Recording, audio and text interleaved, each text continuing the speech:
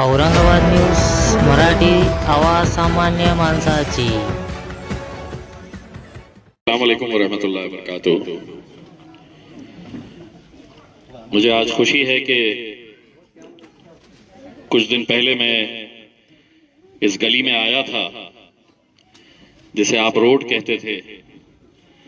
वो रोड की हालत कैसी थी आप भी अच्छी तरह जानते हैं, और मैं भी जब उससे गुजर रहा था तो मैं ये सोच रहा था कि कैसे खास तौर से बारिश के मौसम में कितनी तकलीफों का आप लोगों को सामना करना पड़ता होगा। और जब ये रोड मुकम्मल हुआ तो मैंने खुद से साबिर भाई को बुलाया, और साबिर भाई को बुलाकर मैंने खुद से, उन्होंने मांगने से पहले ही मैंने ये कहा था कि जितनी भी मेरी माएँ और बहनें उस दिन आई थी और उनके चेहरे के ऊपर जो खुशी थी, वो खुशी देखकर मैंने ये ऐलान किया, और मैंने उनसे कहा कि इंशाल्लाह एक रास्ता, एक रोड आपके इलाके के अंदर और हम बनाएंगे, और आज अल्हम्दुलिल्लाह उसका उद्घाटन होने के लिए जा रहा है। मुझे ज़ाती तौर के ऊपर इस बात की भी खुशी है कि जिस रास्ते को बनाया जा रहा है वो मस्जिद की तरफ जाने वाला रास्ता है, और यकीनन मुझे इसके लिए ज़्यादा खुशी इस बात की भी होगी कि जितने भी नमाजी इस रास्ते से गुजरेंगे वो अपनी दुआओं में यकीनन हमें शामिल करेंगे। यही आप लोगों की दुआएं थी कि जिसकी वजह से यहाँ पर आप लोगों की मेहनत कोशिशों की वजह से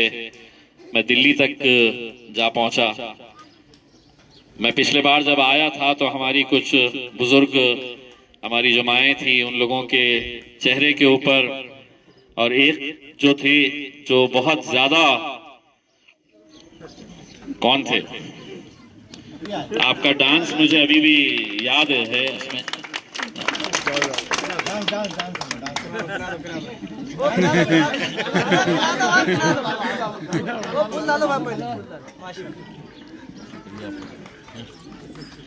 मैं थोड़ी सी अपनी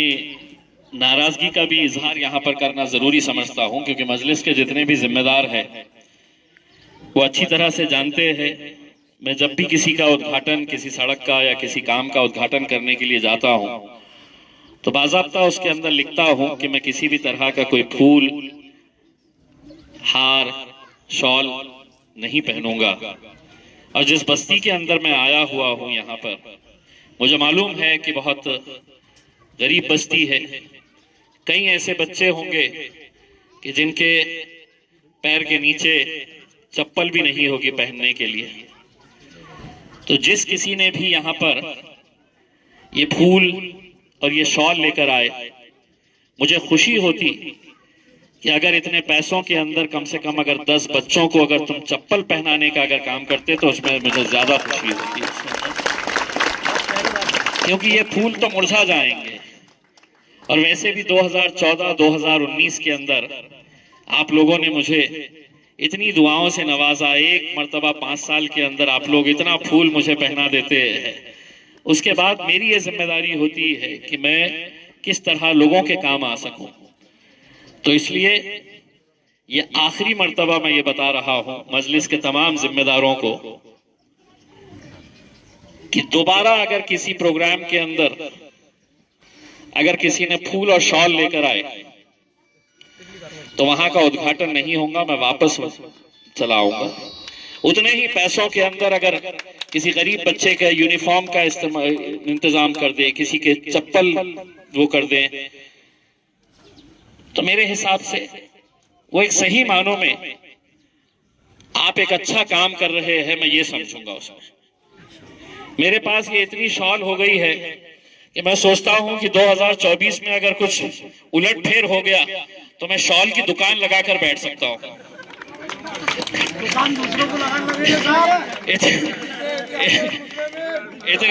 इतने शॉल मेरे पास जमा हो गए कि हर थोड़े दिन के बाद मैं ये शॉल घाटी में रात के वक्त में भिजवाता हूं। जो लोग रास्ते के ऊपर सोते रहते हैं उनको ही ये देता हूं। इसीलिए मेरा ये कोशिश है कि जो भी काम कर रहे हैं, आपकी मोहब्बत मैं समझ सकता हूं कि आप मुझे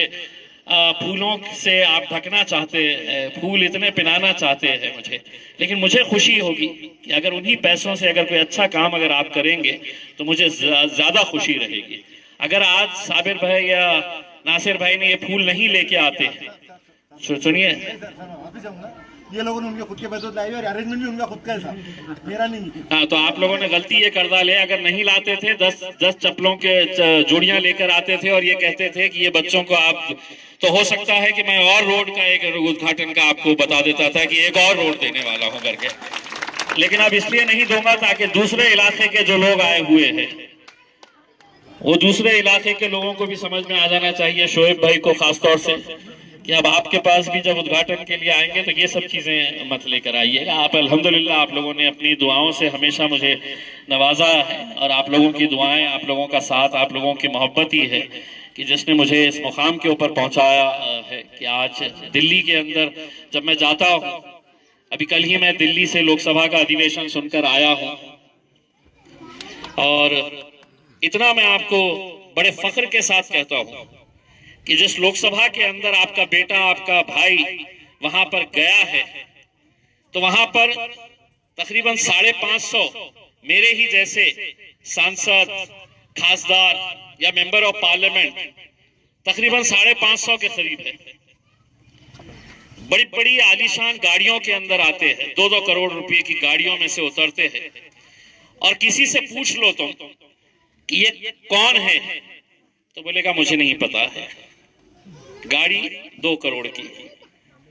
लेकिन किसी से भी पूछ लो ये कहां का सांसद है, तो वो बोलेंगे हमें नहीं पता है करके। लेकिन किसी से भी पूछ लो कि ये सांसद कौन है, तो बताएंगे इम्तियाज जलील है, औरंगाबाद से आता है और मजलिस का सांसद है। ये पहचान ये इसलिए बनी है कि वहां पर जाकर हक की आवाज, आपकी आवाज बनकर वहां पर आपके मुद्दों को उठाने का जो मैंने पूरी ईमानदारी के साथ 4.5 साल के अंदर कोशिश किया, उसी का नतीजा है कि आज आपके शहर को हिंदुस्तान का हर सांसद जानता है कि ये औरंगाबाद से आता है। ये मैं एक बार फिर से आप तमाम लोगों का तहे दिल से शुक्रिया अदा करता हूं। उम्मीद करता हूं कि आने वाला जितना भी वक्त और बचा हुआ है उसके अंदर और कितने काम हो सकते हैं। मुझे मालूम है कि जब मैं एक गली करता हूं तो दूसरी गली वाले दूसरे दिन मेरे से लड़ने के लिए आते हैं कि हमारी गली, हमने भी तो वोट दिया था। लेकिन मेरी कोशिश मौलाना साहब यही रही है कि जो रास्ते मस्जिदों की तरफ जाते हैं, जो मदरसों की तरफ जाते हैं, उनको मैंने तरजीह दी है। बेशक, तो कई सारे इलाकों के अंदर मैंने जितने भी रास्ते पहले बनाए तो वो मस्जिदों की तरफ, और मुझे यकीन है कि इसको तो किसी लिहाज से रास्ता बोल ही नहीं सकते, इसको क्या नाम दो मुझे खुद नहीं समझ में आ रहा है कि ये इलाका जो